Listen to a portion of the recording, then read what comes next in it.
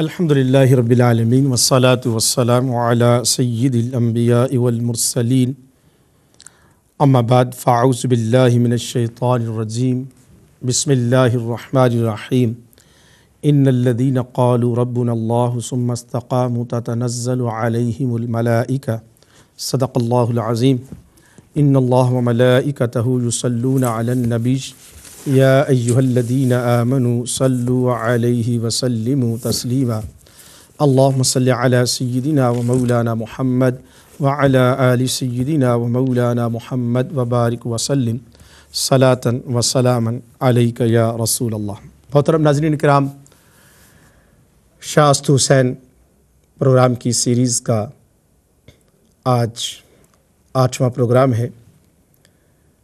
نواسۂ رسول جگر گوشہ بطول سیدنا امام حسین علیہ السلام کے حضور نذران عقیدت پیش کرنے کے لیے یہ خصوصی نشریات ہیں۔ آج کا موضوع حسینیت زندہ باد، یزیدیت مرد آباد۔ حسینیت ایک عنوان ہے، حسینیت ایک تحریک ہے، حسینیت ایک جذبہ ہے، حسینیت ایک فکر ہے، حسینیت ایک سوچ ہے، حسینیت ایک منزل ہے، حسینیت زندگی گزارنے کا طریقہ و سلیقہ ہے، حسینیت حق کے علم کو بلند کرنے کا نام ہے، حسینیت تاریک راہوں میں روشنی بکھیرنے کا نام ہے، حسینیت ظلم کے خلاف ایک دیوار کھڑی کرنے کا نام ہے، ایک بند باندھنے کا نام ہے، حسینیت حقوق انسانی کے تحفظ کی ایک عالمگیر تحریک ہے، حسینیت جبر و استبداد کے خلاف ایک سیسا پلائی ہوئی دیوار ہے، حسینیت عنوان ہے اس جذبے کا جو مخلوق کو خالق سے ملاتا ہے، حسینیت نام ہے اس تحریک کا جو انسانوں کو ایک ہی صف میں کھڑا کرتا ہے، حسینیت نام ہے اس روشن مینار کا کہ جس کو دیکھ کر انسان کے ہدایت پانے والے لوگ رہنمائی حاصل کرتے ہیں۔ آج کے عنوان کے طور پر ہم نے سمجھنا ہے کہ حسینیت کے اجزاء کیا ہیں، اور یزیدیت جو کہ کفر و استبداد کا نام ہے، یزیدیت جو ظلم اور بربریت کا نام ہے، یزیدیت جو انسانی حقوق پر ڈاکہ ڈالنے کا نام ہے، یزیدیت جو فرعونیت کا ایک روپ ہے اور اسی تحریک کا ایک تسلسل ہے۔ آج کی گفتگو میں ہم اس بات پر گفتگو کریں گے کہ یزیدیت کے اجزاء کیا ہیں اور حسینیت کے اجزاء کیا ہیں۔ ناظرین کرام، سب سے پہلے حسینیت جو کہ ایک علم ہے، ایک علامت ہے، ایک پہچان ہے حق کی، اس کو سمجھنا ہے کہ حسینیت کیا ہے، اور آج کے دور میں ہم جو امام حسین علیہ السلام کا نام لیتے ہیں، ہمارے اوپر کیا ذمہ داریاں ہیں اور کیا سوچ ہمارے ہاں ڈیولپ ہونی چاہیے، اور عملی زندگی میں ہم کس طرح سے آگے بڑھتے ہیں۔ سب سے پہلے ذات امام علی مقام، ذات امام حسین کو پہچاننا چاہیے۔ کون حسین؟ جو نواسۂ رسول ہیں۔ کون حسین؟ جو پورے بطول ہیں۔ کون حسین؟ جو مولا علی کی آنکھوں کی ٹھنڈک ہیں، اور وہ حسین پاک جن کی ولادت مدینہ پاک میں ہوتی ہے، جن کی خبر ولادت کی خود نبی پاک صلی اللہ علیہ وآلہ وسلم دیتے ہیں، جن کا نام زمین سے نہیں آتا، زمین پہ کوئی نام نہیں رکھتا، بلکہ حسین پاک وہ ہیں جن کا نام بھی جنت کے ناموں سے ہے، اور جن کے نام رکھنے کا اہتمام خود رب العالمین فرماتا ہے۔ اور پھر ناظرین اکرام یہ دیکھیے کہ حسن اور حسین تاریخ میں یہ پہلے کسی بچے کا نام نہیں تھا، نہ کسی والد نے، کسی والدہ نے، کسی دادا نے، کسی دادی نے اپنے بیٹے، اپنے پوتے کا نام نہ حسن رکھا نہ حسین رکھا۔ تاریخ میں پہلی مرتبہ جن کا نام حسن رکھا گیا وہ نواسۂ رسول ہیں، جن کا نام امام حسین رکھا گیا وہ نواسۂ رسول ہے۔ حسین پاک کی ذات کو جب ہم دیکھتے ہیں کہ جو حسینیت کا خمیر جو ڈیولپ ہوا ہے وہ کیا ماحول ہے، اس کے اجزائے ترکیبی کیا ہیں۔ پہلی بات یہ ہے کہ حسینیت کی جو تحریک ہے وہ آغوش رسالت میں پنپتی ہے اور پلتی ہے اور پھر آگے چلتی ہے۔ حسین پاک کی ذات وہ ذات ہے جس کا تعلق خالق کے ساتھ ہے۔ بچپن میں وہ قرآن کی لوریاں اپنی اماں سیدہ فاطمۃ الزہرا سے سنتے ہیں، اور یہ وہ ذات ہے کہ جن کے گھر میں قرآن اترتا ہے، جن کے گھر میں جبرائیل امی قرآن پاک لے کر آتے ہیں۔ آپ اندازہ کیجئے کہ یہ قرآن پاک کے بارے میں خود قرآن فرماتا ہے کہ لو انزلنا هذا القرآن على جبل لرأيته خاشعا متصدعا من خشیۃ اللہ۔ تو یہ قرآن جو اترتا ہے، اور کہا اگر یہ پہاڑ پر اترتا تو پہاڑ ریزہ ریزہ ہو جاتے، لیکن اندازہ کیجئے کہ قرآن جس ماحول میں اور جس گھر میں اور جس گود میں اور جس مقام پر قرآن نازل ہو رہا ہے، وہ مقام امام علی مقام امام حسین کا گھر کا ہے، اور ان کی والدہ سیدہ فاطمۃ الزہرا اسی گھر میں ہے جس گھر میں اللہ کا قرآن نازل ہو رہا ہے۔ تو عبادت کا ذوق بھی وہیں سے نصیب ہوتا ہے، قرآن فہمی کا ذوق بھی وہیں سے نصیب ہوتا ہے۔ اور پھر امام علی مقام نے بچپن میں اپنے نانا سے جو فیض حاصل کیا، وہ ایک تو وہ خون رسول ہیں، اور پھر تربیت خود ذات رسالت مآب صلی اللہ علیہ وآلہ وسلم نے فرمائی ہے۔ 7 سال کی عمر ہے جب نانا جان کا وصال ہوتا ہے، لیکن یہ جو 7 سال ہیں یہ زندگی کے قیمتی ترین سال ہیں کہ جن سالوں میں نانا جان کانوں میں اذان دیتے ہیں، اپنی زبان چساتے ہیں، اپنے کندھوں پر سوار کروا کے مدینے کی گلیوں میں چلتے ہیں، صحابہ اکرام کو بتاتے ہیں یہ میرا حسین ہے، میں اس سے محبت کرتا ہوں، تم بھی اس سے محبت کرنا، اور جو اس سے بغض کرے گا وہ مجھ سے بغض کرے گا۔ پھر یہی نہیں ناظرین کرام، ذات رسالت مآب صلی اللہ علیہ وآلہ وسلم رب العالمین کے حضور دعا کرتے ہیں۔ کیا دعا ہے امام حسین پاک کے بارے میں؟ اللہم انی احبہ فاحبہ واحب من یحبہ، مولا میں اس حسین سے میں محبت کرتا ہوں، اللہ پاک تو بھی اس سے محبت فرما۔ اور رب العالمین ہے میرے خالق و مالک، جو اس حسین سے محبت کرتا ہے، مولا تو بھی اس سے محبت فرما۔ اس حد تک حضور علیہ الصلوۃ والسلام نے تاکید فرمائی ہے۔ اور پھر ناظرین کرام، حسینیت کا کردار میں نے عرض کیا کہ اس کا جو خمیر ہے وہ رسالت سے ہے، آغوش رسالت سے یہ پروان چڑھ رہا ہے، یہ فیض رسالت سے مل رہا ہے۔ اور پھر وہ حسین پاک اپنی اماں سیدہ فاطمۃ الزہرا سلام اللہ علیہا، ان کی آغوش عاطفت میں، آغوش تربیت میں زندگی گزارتے ہیں۔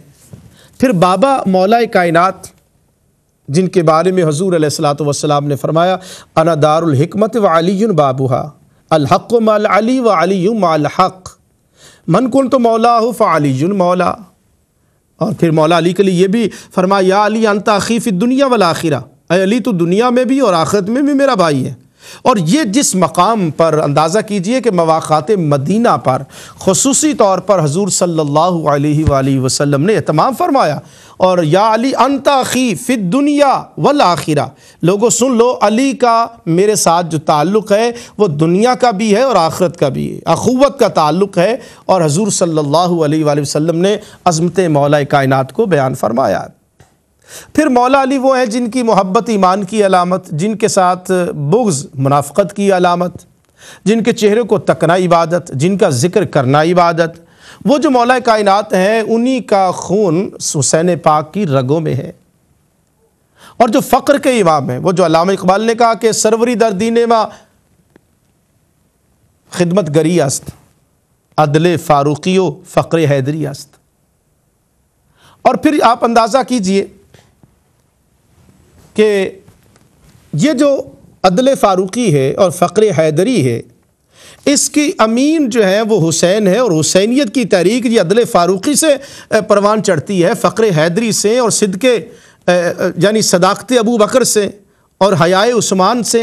یہ سارے جو ہیں یہ خمیر ہے اس حسینیت کے تحریک کے جس نے کائنات میں اجالا کیا ہے، کائنات میں روشنی کی ہے، اور کائنات کے انسان کو زندہ رہنے کا سلیقہ سکھایا ہے۔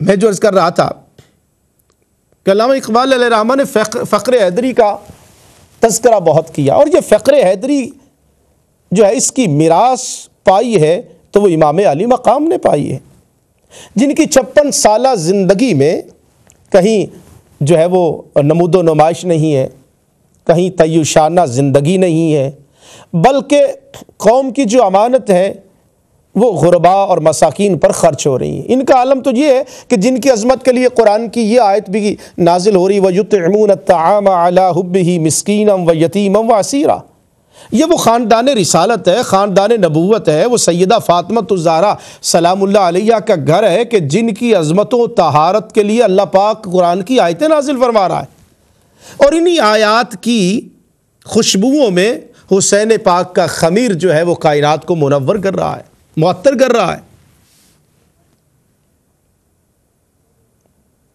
تو میں یہ عرض کر رہا ہوں کہ یہ جو تحریک ہے اس کے بارے میں فقر حیدری ہے اور عدل فاروقی ہے، وہ جو علامہ اقبال علیہ الرحمہ نے کیا کہا کہ دل بیدار فاروقی دل بیدار کراری، دل بیدار فاروقی دل بیدار کراری، کہ جو دل بیدار ہے وہ فاروق اعظم ہی کی خیرات ہے، اور کراری حیدر کرار ہے۔ دل بیدار فاروقی دل بیدار کراری، مس آدم کے حق میں کیمیا ہے دل کی بیداری، اور دل بیدار پیدا کر کہ دل خوابیدہ ہے جب تک، نہ تیری ضرب ہے کاری نہ میری ضرب ہے کاری۔ حسینیت جہد مسلسل کا نام ہے، اور پھر وہ بھی جہد مسلسل نہیں کہ جو وحی الہی سے متصل نہ ہو۔ حسینیت وہ ہے جو وحی الہی کے ذریعہ سے دامن رسالت سے ذات حسین کو منتقل ہو رہی ہے، اور اس میں تعلق خالق کے ساتھ ہے، یہ نہیں کہ اپنی کوئی کریشن ہے، بلکہ وہیں سے جو روشنی ملتی ہے امام حسین اس روشنی کو کائنات میں تقسیم فرما رہے ہیں۔ بچپن، پھر جوانی انہوں نے خلافت راشدہ کو دیکھا ہے۔ حسین پاک کے سامنے کردار سیدنا ابو بکر صدیق ہے، کردار سیدنا عمر فاروق ہے، کردار سیدنا عثمان غنی ہے، اور سیدنا مولا علی کا کردار ان کے سامنے ہے، اور پھر حضرت امام حسن تک 30 سالہ دور، یہ دور خلافت راشدہ ہے۔ اس کے بعد ملوکیت کا آغاز ہوتا ہے۔ یہ جو خلافت راشدہ ہے جس کو اسلام کا سنہرا ترین دور کہا جاتا ہے، جیسا کہ حضور علیہ الصلوۃ والسلام نے فرمایا کہ خیر القرون قرنی، بس سب سے بہترین زمانہ میرا زمانہ ہے، اس کے بعد جو اس سے متصل ہے وہ زمانہ ہے۔ اب یہ جو خلافت راشدہ کے 30 سالہ دور ہے، اس دور میں یہی حسینیت نے جہاں سے پیغام آبادی لیا ہے وہ ذات رسالت مآب ہے، پھر شیخین کریمین ہے، پھر خلافت راشدہ ہے۔ اسی پیغام کو کربلا میں ایک نئے انداز میں پیش کیا ہے تو وہ جناب امام عالی مقام سیدنا امام حسین پاک نے کیا ہے۔ خلافت راشدہ کو دیکھ لیجیے کہ اس میں کیا تھا، قانون کی بالا تری تھی، اور یہ قانون خداوندی تھا۔ میں نے کہا کہ یہ انسانی کریٹڈ قانون نہیں ہے، بلکہ وحی الہی سے متصل جو کتاب و سنت کی روشنی میں قانون تھا۔ تو خلافت راشدہ میں قانونی خداوندی کی بالا تری، عدل بین الناس، انسانوں کے درمیان عدل کرنا، یہ خلافت راشدہ میں آپ کو واضح طور پہ نظر آئے گا۔ یہ بنیادیں ہیں خلافت راشدہ کی، مساوات، جواب دہی کا پہلو، شورائی نظام، وشاورہم فی الامر، ایک شورائی نظام تھا، عوام کو ڈسکشن کا حق، جو صاحب الرائے لوگ تھے جس کو مجلس شورا کہتے ہیں، ایک ڈسکشن کا حق تھا کہ آپ گفتگو کیجئے، اپنے مسائل حل کیجئے۔ اور ایک خاص بات میں عرض کروں گا ناظرین کرام، اسلام کے نظام خلافت میں اقتدار کی ہوس اور طلب ممنوع ہے۔ مغربی جمہوریت میں کیا ہے کہ الیکشن کے لیے کمپین چلائی جاتی ہے، لیکن اسلامی نظام حکومت میں اگر کوئی خود تڑپ رہا ہے کہ میں حکمران بن جاؤں تو یہ منع اسلام میں۔ ہاں، عوام ہے وہ جس کو مناسب سمجھتے ہیں، ایک افراد بیٹھتے ہیں وہ دیکھتے ہیں کہ یہ ہمارا امیر ہے، لیکن وہ امیر خود اگر طلبگار ہو کہ مجھے امیر بنا دیا جائے، تو اسلام میں جو طلب ہے اقتدار کی، اسلام میں اس کی ممانعت ہے۔ میں نے پچھلے دنوں ایک عرض کر رہا تھا کہ ایک ایسی جماعت ہونی چاہیے برطانیہ میں، اگر اسلام کا صحیح ہم نے رنگ جو ہے وہ بنانا ہے، جو خود آدمی طلبگار ہو کہ مجھے اس کا سربراہ بنا دیا جائے، مجھے اس کا ہیڈ بنا دیا جائے، اگر وہ کمپین چلاتا ہے، ایون وہ ٹیلی فون کرتا ہے، تو وہ اس کی امارت سے نااہل ہو جائے گا۔ اسلام میں یہ تصور ہی نہیں ہے کہ خود کوئی جو ہے وہ اس میں تڑپ رہا ہو کہ جناب میں الیکشن پر کھڑا ہوں گا، میں الیکشن لڑوں گا اور مجھے قیادت جو ہے وہ مل جائے گی۔ یہ جو قیادت کی اور اقتدار کی طلب ہے، حکومت کی طلب ہے، اسلام میں تو اس کا کوئی تصور نہیں ہے۔ ہاں، کوشش کی جائے، ذہن سازی کی جائے، عوام کو اتنا شعور ہو کہ وہ خود اپنے امیر کی جو ہے وہ تعیناتی کے لیے وہ میدان عمل میں آ جائیں۔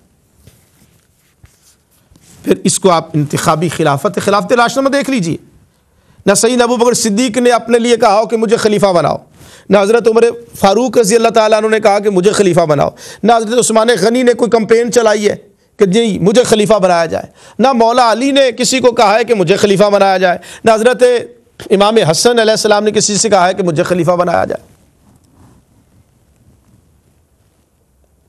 تو ناظرین کرام، جو حسینیت ہے اس میں انتخابی خلافت کا تصور ہے، اور یہی امام علی مقام کا پیغام تھا۔ وہ یہ نہیں کہ اپنے لیے وہ اقتدار طلب کر رہے تھے، یہ بات نوٹ کر لیجئے گا۔ علامہ اقبال نے اپنے کلام میں کہا ہے، وہ میں آگے چل کے عرض کرتا ہوں پروگرام کے آخری حصے میں، کسی مقام پر امام کے خطبے موجود ہیں، یہ میرے پاس امام علی مقام کے تمام خطبات ہیں جو آپ نے مختلف مقامات پر دی ہیں، کہیں پر امام علی مقام نے یہ نہیں کہا کہ مجھے خلیفہ بناؤ، میں تمہارا حاکم بننا چاہتا ہوں، بلکہ اس وقت امام علی مقام نے جو نقشہ کھینچا ہے، اس کا مقام بیدہ پر آپ نے پہنچ کر اپنے اور حر کے ساتھیوں کے سامنے جو خطاب کیا ہے، وہ خطاب کے چند اقتباسات میں آپ کو سناتا ہوں۔ صاحب شعور ناظرین کرام اس وقت تک بھی ٹی وی دیکھ رہے ہوں گے، امام علی مقام کا خطبہ سنی۔ ایھا الناس، اے لوگو، ان رسول اللہ صلی اللہ علیہ وآلہ وسلم قال من رأى سلطانا جائرا مستحلا لحرم اللہ ناقضا لعہد اللہ مخالفا لسنت رسول اللہ صلی اللہ علیہ وسلم یعمل فی عباد اللہ بالاثم والعدوان فلم یغیر ما علیہ بفعل ولا قول کان حقا اللہ ان یدخلہ مدخلا الا وان هؤلاء قد لازموا طاعة الشیطان وتركوا طاعة الرحمن واظهروا الفساد وأطلوا الحدود واستعثروا بالفیء وحلوا حرام اللہ وحرموا حلالہ وأنا أحق من غیری وقد أتتنی کتابکم۔ یہ خطاب تھا جو مقام بیدہ پر دیا۔ کیا ارشاد فرمایا؟ ایھا الناس، اے لوگو، ان رسول اللہ صلی اللہ علیہ وآلہ وسلم قال، بے شک رسول اللہ صلی اللہ علیہ وآلہ وسلم نے فرمایا، من رأى سلطانا جائرا، کہ جو شخص ایسے ظالم بادشاہ کو دیکھے، کیا کرتا ہے؟ مستحلا لحرم اللہ، اللہ کی حرام کی ہوئی چیزوں کو وہ حلال قرار دیتا ہے، ناقضا لعہد اللہ، اللہ کے عہدوں کو توڑتا ہے، مخالفا لسنت رسول اللہ صلی اللہ علیہ وسلم، اور رسول کریم صلی اللہ علیہ وآلہ وسلم کی سنت کی مخالفت کرتا ہے۔ تو یزید اس وقت کیا کر رہا تھا؟ حرام کو حلال کر رہا تھا، حلال کو حرام کر رہا تھا۔ یہ امام کا خطبہ موجود ہے البدایہ والنہایہ کے اندر، تاریخ طبری کے اندر، تاریخ ابن خلدون کے اندر، تاریخ کامل کے اندر۔ یہ خطبہ ہے جو امام علی مقام نے ارشاد فرمایا۔ اور پھر کیا ہے؟ یعمل فی عباد اللہ بالاثم والعدوان، کہ اللہ کے بندوں پر گناہ اور زیادتی سے حکومت کرتا ہے۔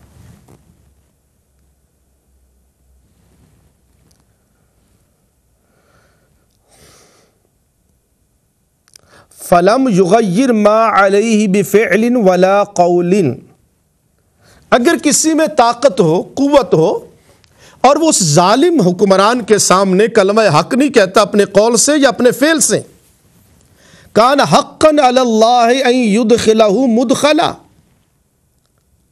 پھر اللہ تعالیٰ کو حق پہنچتا ہے کہ اس بندے کو بادشاہ کے ساتھ دوزخ میں ڈال دے. جب وہ بادشاہ دوزخ میں جائے گا تو اسی مملکت میں جو خاموش بیٹھا ہوا ہے، جو اپنے قول سے اپنے فعل سے اس کی مخالفت نہیں کرتا، تو اس بادشاہ کے ساتھ وہ بھی جہنم میں جائے گا. تو حسینیت حقیقت میں جبر اور استبداد کے خلاف آواز بلند کرنے کا نام ہے. جیسا کہ آج فلسطین میں دیکھ لیجیے کیا ہو رہا ہے مسلمانوں کے ساتھ. فعلاً قولاً ظلم کے خلاف آواز اٹھانا یہ بندہ مومن. اور یہ ظلم یہ نہیں کہ فقط مسلمان پر ظلم ہو تو آپ اس وقت آواز اٹھائیں. ظلم اگر کسی نان مسلم پر ہو، یہ سن لیجیے، ہمارے ہاں کچھ لوگوں نے اس کو محدود کر دیا ہے.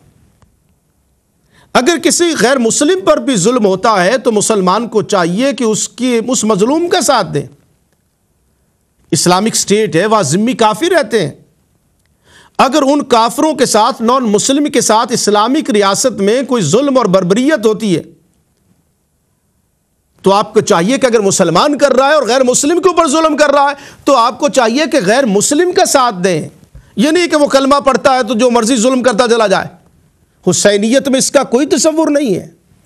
حسینیت میں تو ظلم کے خلاف اٹھنا ہے. اگر وہ ظالم کسی غیر مسلم پر ظلم کرتا ہے، بلکہ حدیث پاک میں آپ کو سناتا ہوں، حضور صلی اللہ علیہ وآلہ وسلم نے فرمایا کہ اگر کوئی ذمی کافر کو، نان مسلم کو، کوئی میرا امتی جو میرا کلمہ پڑھتا ہے وہ ظلم کرتا ہے، زیادتی کرتا ہے، اس کے بچے کے ساتھ زیادتی کرتا ہے، اس کے حق پر ڈاکہ ڈالتا ہے، ہمسایہ ہے، اور وہ اس نان مسلم کے ساتھ زیادتی کر رہا ہے، تو کیا یہ کلمہ پڑھنے والا سمجھتا ہے کہ کل قیامت کے دن میں اس کا ساتھ دوں گا؟ پوری ملت اسلامیہ میری گفتگو سن رہی ہے. میرے آقا صلی اللہ علیہ وآلہ وسلم نے فرمایا میں روز محشر وہ جو کلیم کرتا ہے کہ میں مصطفیٰ صلی اللہ علیہ وآلہ وسلم کا امتی ہوں، کیا روز محشر میں اس کا ساتھ دوں گا؟ نہیں. میرے آقا صلی اللہ علیہ وآلہ وسلم نے فرمایا میں اس کے خلاف قیامت کے دن گواہی دوں گا کہ یہ کلمہ تو میرا پڑھتا تھا لیکن میں نے کوئی ایسا درس نہیں دیا، میں نے کوئی ایسا پیغام نہیں دیا. حالت جنگ کا معاملہ ہو رہا ہے، لیکن آج جو پاکستان میں خودکش حملے ہو رہے، پاکستان میں جو غیر بیرونی طاقتیں جو کھیل کھیل رہی ہیں، کل بھی کئی جگہ خودکش حملے ہوئے، آج بھی دھماکے ہو رہے ہیں. یہ یزیدیت ہے، یہ حسینیت نہیں ہے. ہاں آپ کے نظریے کا اختلاف رائے ہے، آپ ڈائیلاگ کریں، گفتگو کریں، اپنے دلائل دیں علمی اعتبار سے. مرنے مارنے کی بات وہی کرتے ہیں جن کے پاس دلائل ختم ہو جاتے ہیں. یہ جو گالی گلوچ کی زبان ہے، یہ تحریک ناموس رسالت ہم نے جو پروٹیسٹ کی اس کے اندر کیا معاملہ تھا؟ یہی کہ دلائل دینا اور بات ہے، گالی کی زبان استعمال کرنا اس کی اسلام قطعاً اجازت نہیں دیتا. اور جو لوگ گالی کی زبان استعمال کرتے ہیں وہ حسینیت نہیں ہے. جو صحابہ کرام کے بارے میں گالی کی زبان استعمال کرے وہ یزیدیت ہے. جو اہل بیت اطہار کے بارے میں گالی کی زبان استعمال کرے وہ حسینیت نہیں ہے. وہ یزیدیت میں گالی کی زبان ہے، حسینیت میں گالی کی زبان نہیں ہے. حسینیت میں دلائل ہیں. جو امام علی مقام کا میں خطبہ آپ کو پڑھ کے سنا رہا ہوں، امام علی مقام نے ایون کسی کو اس طرح سے تانو تشنیع کی باتیں کی ہوں، یہ ہے آغوش رسالت میں پلنے والے حسین کا کردار. ان کی گفتگو دیکھیے.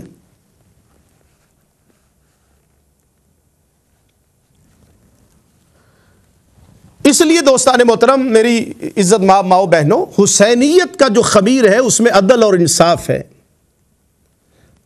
ایک اور بات حسینیت میں آزادی رائے کا حق ہے، جبر نہیں ہے. گالی کی زبان میں اور عرض کر رہا ہوں، گالی کی اجازت نہیں ہے. ایون آپ اپنے مخالف کو بھی گالی نہیں دے سکتے، لیکن آزادی رائے، فریڈم آف سپیچ، حسینیت میں اس کا واضح طور پر. اور یہی سبب ہے کہ امام علی مقام جبر کے ساتھ لوگوں کو بھی اپنے ساتھ نہیں رکھنا چاہتے تھے. یہ حسینیت کی ایک اور مثال پیش کر رہا ہوں کہ جب آپ مدینہ پاک سے چلے ہیں، مکہ پاک میں پہنچے ہیں، لوگ حج کرنے جا رہے ہیں، امام پاک حج چھوڑ کر کربلا کی طرف جا رہے ہیں. حسینیت کو سمجھنا اور حسینیت پر عمل کرنا۔